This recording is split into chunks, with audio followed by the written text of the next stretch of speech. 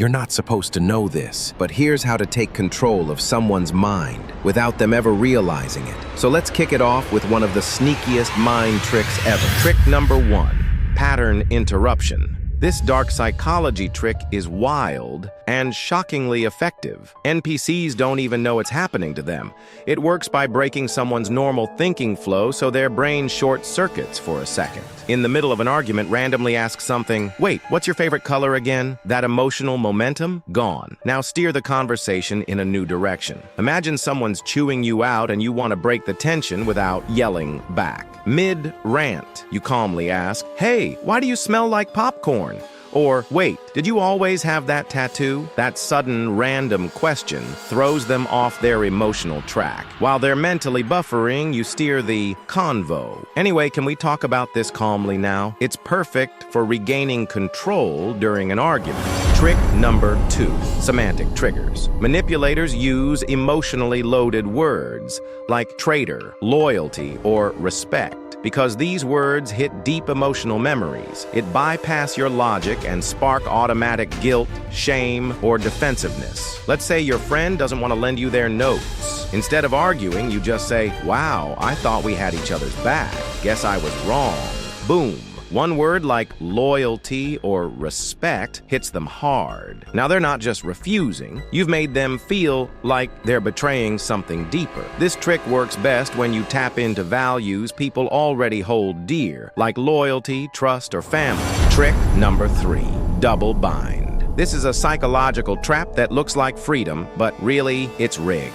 Do you want to clean your room before dinner or after? It feels like they are choosing. But the real message is they are cleaning either way. Double binds take away the ability to say no. Every option still leads to our outcome. Great for parenting, managing people, or winning small power plays. Trick number 4, fear conditioning. This is classic behavior control.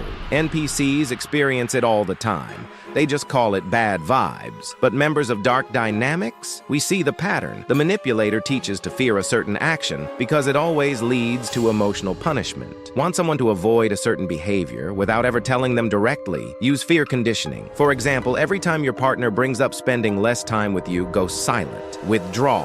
Don't start a fight. Just become cold. Their brain will link speaking up with feeling abandoned. Eventually, they'll stop bringing it up. You didn't forbid them, you trained them. This tactic works best when you want to control someone's behavior without confrontation. The fear does the work for you. If this feels familiar, yeah, you've either done it or been played by someone who calls themselves a healer on Instagram. Trick number 5, reframing reality. Manipulators love to repaint the truth to make bad things seem good, or at least not their fault. You mess up big. Maybe you failed at a project, got called out, or disappointed someone. Instead of getting defensive, you flip the script. You say, "This isn't failure, it's just the setup for a comeback. Every master was once a mess." Boom. Now, instead of arguing or apologizing endlessly, you've taken control of the narrative.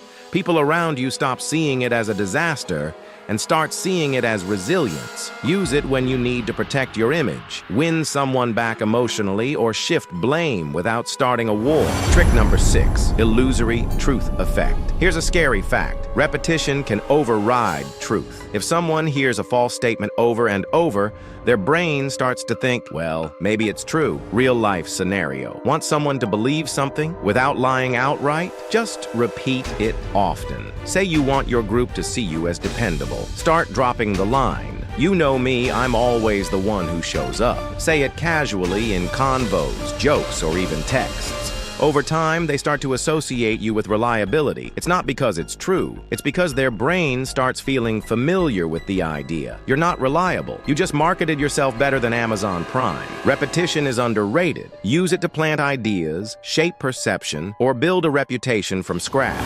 Trick number 7, gaslighting. A manipulator lies, twists the truth, or denies obvious reality to make you question your own mind. You clearly see a message on their phone, and they say, "You're imagining things. You always do this." Now you're the one apologizing, when they're the one hiding something. Yeah, in daily life, gaslighting often shows up in small moments. Someone denies saying something they clearly said or makes you feel crazy for reacting normally. Over time, this shatters your confidence. You stop trusting your memory and start relying on them to tell you what's real. If you've never seen manipulation like this, you're either the luckiest person alive or you're the manipulator. And this is awkward now. Trick number 8. Neuro-linguistic programming, NLP. NLP is all about using language patterns and mirroring behavior to sneak into your subconscious. They copy how you sit, match your tone. NLP tricks you into feeling seen, understood, and connected, so you're more likely to go along with them. Picture this. You're at a job interview and you subtly start matching the interviewer's energy. If they're chill, you relax. If they're upbeat, you mirror that. Then when you talk, you drop a line like, "People like us know how to make things happen." That phrase connects you to them. You've mirrored their vibe and slipped in a little identity link, so now they feel like you get them. If you ever feel like someone's your twin and then 3 weeks later, you're buying them concert tickets and paying their parking fines, yeah, NLP, baby. Trick number 9. Reverse psychology. This one feels obvious, but when done right, it's super subtle and deadly effective. Real-life scenario. You want your friend to apply for a job, but they're dragging their feet, so instead of pushing, you say, "Yeah, I get it. The job probably needs someone more confident anyway." Boom. Their ego takes the bait. Now, they're updating their resume just to prove they're the right fit. It's especially useful when someone resists advice, but secretly wants to prove themselves. Trick number 10. Desensitization. This dark psychology tactic doesn't hit all at once. It creeps in bit by bit. Manipulators introduce something shocking, abusive, or wrong in small doses, so victims' brain gets used to it. You start with a joke about how dumb they are. Then, weeks later, it becomes a serious insult. Eventually, it's full-blown emotional abuse, but by then it feels normal. That's the trick. Slow exposure makes red flags feel familiar. Trick number 11. Mindf loops. This is one of the most mentally damaging dark psychology tactics. The manipulator says things that contradict themselves constantly, creating confusion that traps brain in an endless loop of trying to understand them. Mindf loops paralyze victim and they stay stuck trying to make sense of nonsense instead of walking away. If you want someone to stay confused, off balance, and chasing your approval, trap them in a Mindf loop. Say things like, "I trust you, but I can never fully believe you," or "You're the only one who understands me, but you hurt me the most." Now their brain is spinning, trying to fix a contradiction that can't be fixed. This keeps them emotionally hooked, always trying harder to prove themselves. Trick number 12. Cognitive dissonance exploitation. Before I drop this next one, be honest, are you taking notes because you've been played like a fiddle, or are you out here crafting your own little starter pack for emotional terrorism? Anyway, moving on, this one's straight up psychological jujitsu. It's called cognitive dissonance exploitation. When victims' brain get hit with two totally opposite ideas, and instead of questioning the manipulator, they question themselves. You say, "You're one of the smartest people I know," but then constantly remind them of their dumb decisions. Now their brain's like, "Wait, am I smart or not?" To fix the discomfort, they will try harder to prove themselves, agree with you more, or even seek you approval. Trick number 13.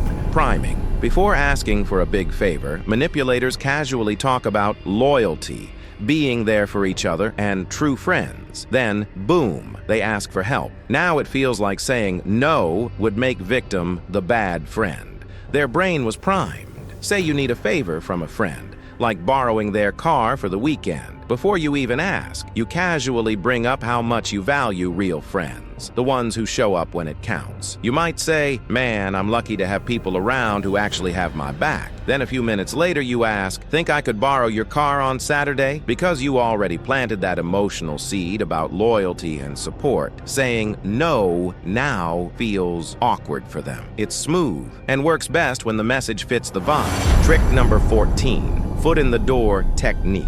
This one is sneaky simple. Start with a small, harmless request. Once they agree, their brain wants to stay consistent. so they are more likely to say yes to a bigger ask later. You can something like, "Hey, can I ask you for a favor?" They say yes. "Cool.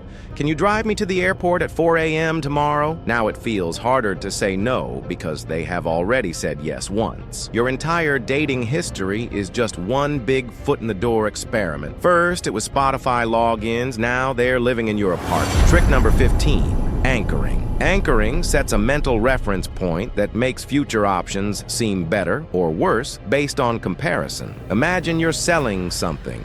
Your skills, your time, or even an idea. You say, "Normally I charge $500 for this kind of work." Then follow up with, "But I'll do it for you at $200. Even if $200 is still high, it now feels like a bargain because you set the anchor at $500. Anchoring shapes how people judge value. You can use it in debates, sales, or even dating by planting a strong first impression that makes everything after seem more appealing or reasonable. You tell a first date about your toxic ex just to make your mid-level red flags look like green ones. Anchoring, baby. Your brain already absorbed 15 tactics today. Congrats. You're now more dangerous than the average NPC, but if you stop here, you're actually more vulnerable, because now you think you know it all. Don't fall for that trap. Click that video, or stay 2 steps behind the people already manipulating you.